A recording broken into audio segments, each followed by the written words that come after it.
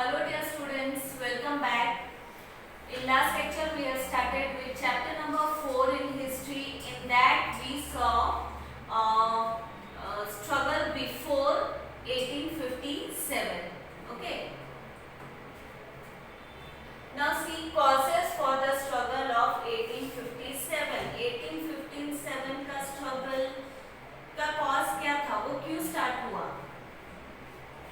During pre-British period, there were many kingdoms in India. Whatever changes took place at the center never affected the village system. The village system continued as it is.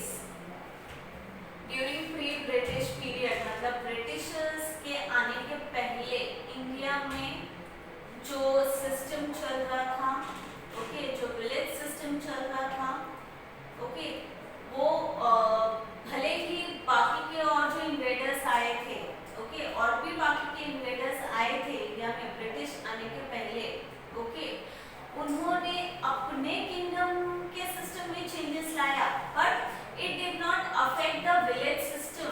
मतलब India के village system में या India के economic system में कोई change नहीं किया उन्होंने.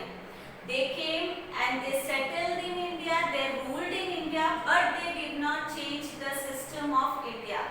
Okay. But the British changed the prevalent system and tried to set up a new system. But जब Britishers आए, okay, उन्होंने जो इंडिया का prevalent system है, जो चल रहा था system, उस system को उन्होंने change किया and new system उन्होंने adopt किया.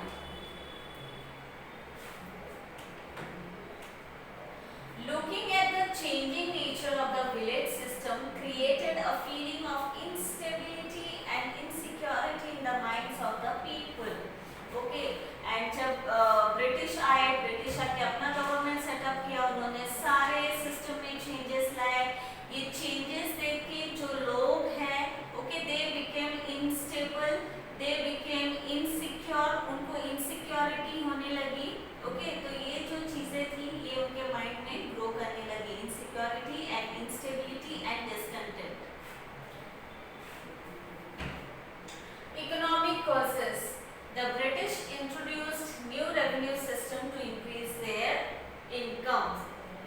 Taxes were forcibly extracted from the farmers. Economic causes भी है जिसके वजह से 1857 का फ्रीडम स्ट्रगल हुआ. ओके, क्योंकि जब ब्रिटिशर्स आए इंडिया में उन्होंने सारी चीज़ें चेंज की, सारा सिस्टम चेंज किया, उन्होंने विलेज सिस्टम चेंज किया, उन्होंने इकोनॉमिक सिस्टम चेंज किया. ओके, जिसकी वजह से जो फार्मर्स है, farmers had to pay taxes forcibly. Okay, farmers से फॉर्सिबली वो लोग जबरदस्ती टैक्स कलेक्ट करते थे, that too in the form of cash. Okay, and ये जो सिस्टम था it benefited the Britishers, not the Indian people. Okay, as a result of it the agriculture system collapsed. To sell the British goods in India and enjoy profit was the policy of the British. Okay, and as a result of it the agriculture system collapsed. यानी agriculture जो कि main source of economy था India में, that system collapsed. And to sell the British goods in India, Britishers used to manufacture their goods in England, and जो finished goods है, products है, वो लाके वो इंडिया के मार्केट में बेचते थे. ओके, एंड प्रॉफिट कमाते थे. एंड ये जो पॉलिसी है, प्रॉफिट अर्निंग पॉलिसी है, वो ब्रिटिशर्स ने इंडिया के मार्केट में अपने गुड्स बेच के स्टार्ट किया. And they imposed heavy taxes on the local industries. And जो लोकल इंडस्ट्रीज थे, जो कि हैंडीक्राफ्ट इंडस्ट्री या कॉटेज इंडस्ट्री या टेक्सटाइल इंडस्ट्री, जो लोकल लेवल के जो इंडस्ट्रीज थे, they had to suffer a lot because heavy tax were imposed on them.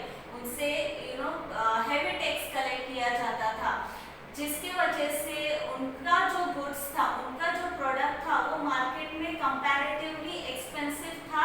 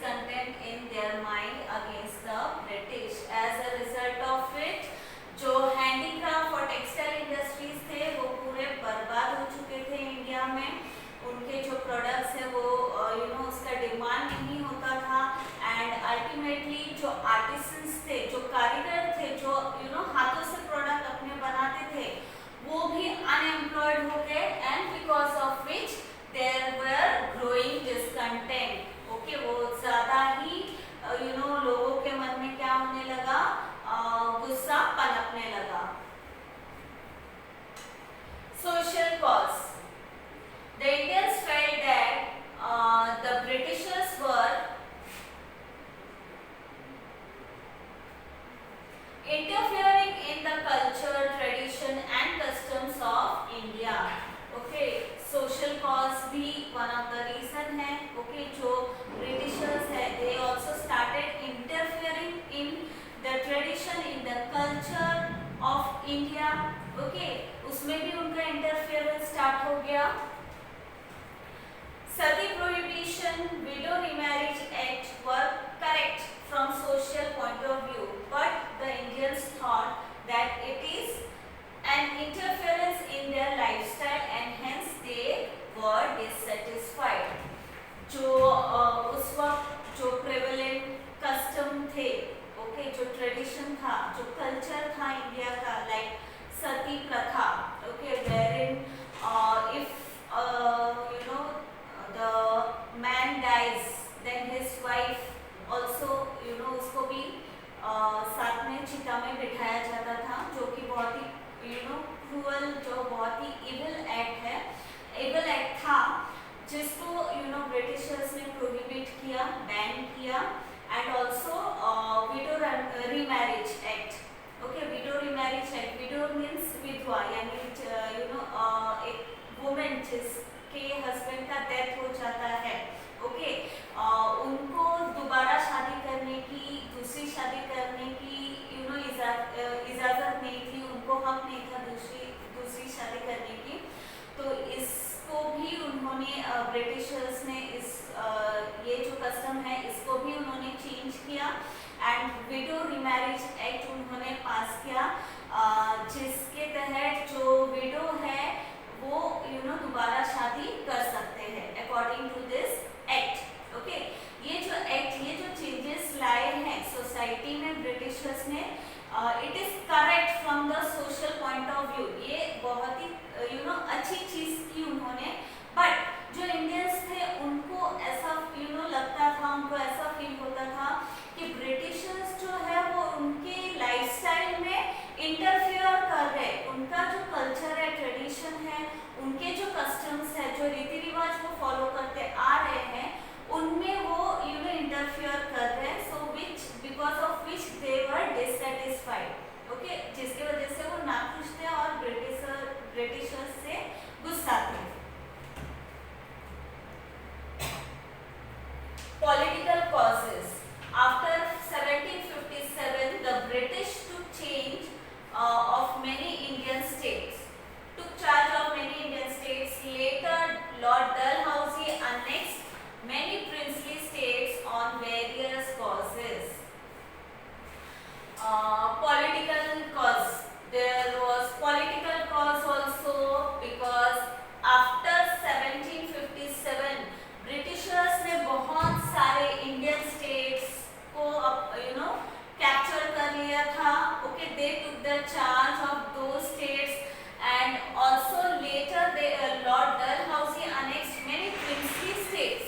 Okay, princely states को भी, जहाँ पर राजा महाराजा रूल करते थे, वो सारे स्टेट्स को भी उन्होंने अनेक्स कर लिया। अनेक्स करना मतलब अपने टेरिटरी में उन्होंने वो रीजन्स को ऐड कर दिया। The Nawab of Ayodhya was dethroned on grounds of maladministration, whereas the princely states of Satara, Nagpur and Jhansi were annexed through the Dalhousie. The Indians did not consider the British as trustworthy. The Nawab of Ayodhya was dethroned on the grounds of maladministration.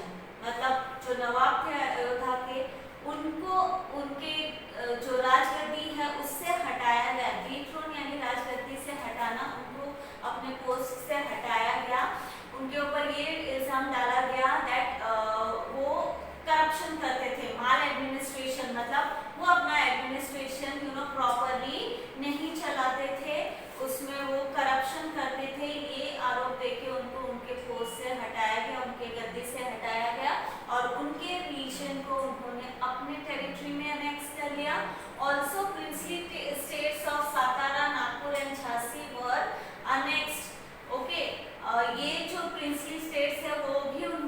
अपने state में annex कर लिया था, अपने territory में add कर लिया था, जिसकी वजह से लोगों के मन में इनसिक्योरिटी फीलिंग आने लगी and they don't use to trust the Britishers के ऊपर उनको कोई विश्वास नहीं था, कोई भरोसा नहीं था।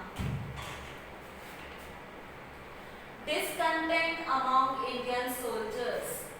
The Indian soldiers were given low status by the British officers. They could not gain any post higher than the Subedar.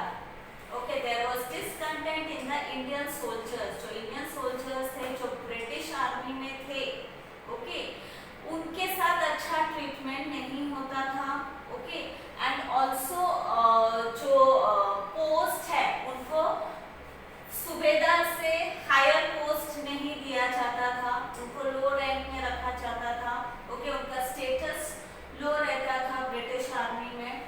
They were paid less compare to the British soldiers and also they were paid less compare to the British soldiers. उनको salary कम मिलती थी, payment कम मिलता था। The allowances were also gradually decreased. Allowances, उनको जो allowances दी जाती थी, यानी जॉब का जो बेनिफिट, जो दूसरे बेनिफिट्स होते हैं जो मिलते हैं नॉर्मली एक जहाँ पर आप काम करते हो वहाँ पर, तो वो भी डिक्रीज किया गया, उनको कम अलाउंसेस दिए जाते थे as compare to British soldiers. Due to these reasons, there was growing discontent among the Indian soldiers. ये reason की वजह से Indian soldiers के मन में discontent था, dissatisfaction था, they were not happy, okay, जिसकी वजह से उनके मन में क्या हो रहा था, गुस्सा बढ़ रहा था against the British. Immediate cause. The British provided long Enfield rifles to the Indian sepoys. The sepoys were required to bite the end of the cartridges. Okay, so in 1856 जो British आर्मी में जो Indian soldiers थे, उनको long Enfield rifles दिए गए, मतलब long gun रहता है, okay, वो उनको दिया गया एंड उसमें जो कार्ट्रिज यानी जो बुलेट जो उस राइफल में डाला जाता है, ओके, वो उनको अपने दांत से, वो कोटिंग रहती है, कवर की हुई रहती है, वो जो बुलेट है, वो कार्ट्रिज है, उसको कवर लगा हुआ रहता है, तो उस कवर को हटाने के लिए वो उसको दांत से काट के हटाना पड़ता था, ओके, सो दैट वो कवरिंग, वो उसका कोटिंग निकाले और फिर वो राइफल के अंदर वो डाले, okay. The news spread out that these cartridges were smeared in the fats of cow and pigs. तो उस वक्त ये न्यूज स्प्रेड हुई कि जो कार्ट्रिज है, जिसका जो कोटिंग है, okay, smeared means coating, okay, cartridge का जो कोटिंग है वो पिग और काउ के फैट से किया गया है, ओके, ये न्यूज फैल गई एंड सिंस इंडिया में काउ को, हिंदू लोग काउ को पूजते हैं, ओके, एंड जो मुस्लिम लोग हैं वो पिग को अच्छा नहीं मानते, ओके, सो इसलिए जो हिंदू मुस्लिम जो